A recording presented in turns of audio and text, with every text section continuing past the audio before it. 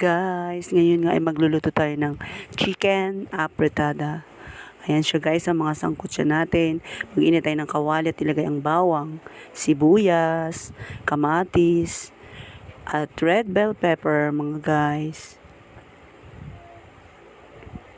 After nyan guys, halu-haluin natin. At maya-maya lang ay ilagay na natin ang manok. Ayan guys, nilagay ko na ang manok dyan at kumatas na siya. So after na ganyang kumatas, lagay na natin ang patatas at carrots. At halu-haluin din guys, at after lagay din yung tomato sauce.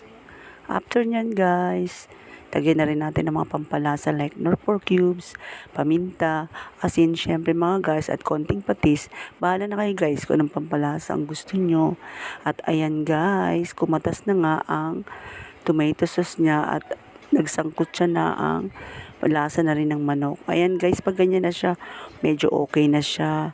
Nagmantika na siya guys. So means guys, ay pag ganyan na siya ang texture ay pwede na yan. So guys, tara, kumain na tayo. Guys, ngayon nga ay magluluto tayo ng chicken apretada. Ayan siya guys, ang mga sangkot siya natin. Mag-init tayo ng kawali at ilagay ang bawang, sibuyas, kamatis, at red bell pepper mga guys. After nyan guys, halu-haluin natin. At maya-maya lang ay ilagay na natin ang manok. Ayan guys, nilagay ko na ang manok dyan at kumatas na siya. So after na ganyang kumatas, lagay na natin ang patatas at carrots. At halu-haluin din guys, at after lagay din yung tomato sauce. After nyan guys, lagyan na rin natin ang mga pampalasa like nor 4 cubes, paminta, asin syempre mga guys, at konting patis. Bahala na kayo guys kung anong pampalasa ang gusto nyo.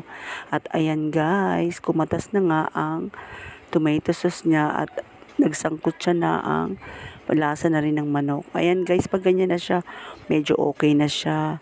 Nagmantika na siya guys. So means guys, ay pag ganyan na siya ang texture ay pwede na yan. So guys, tara, kumain na tayo.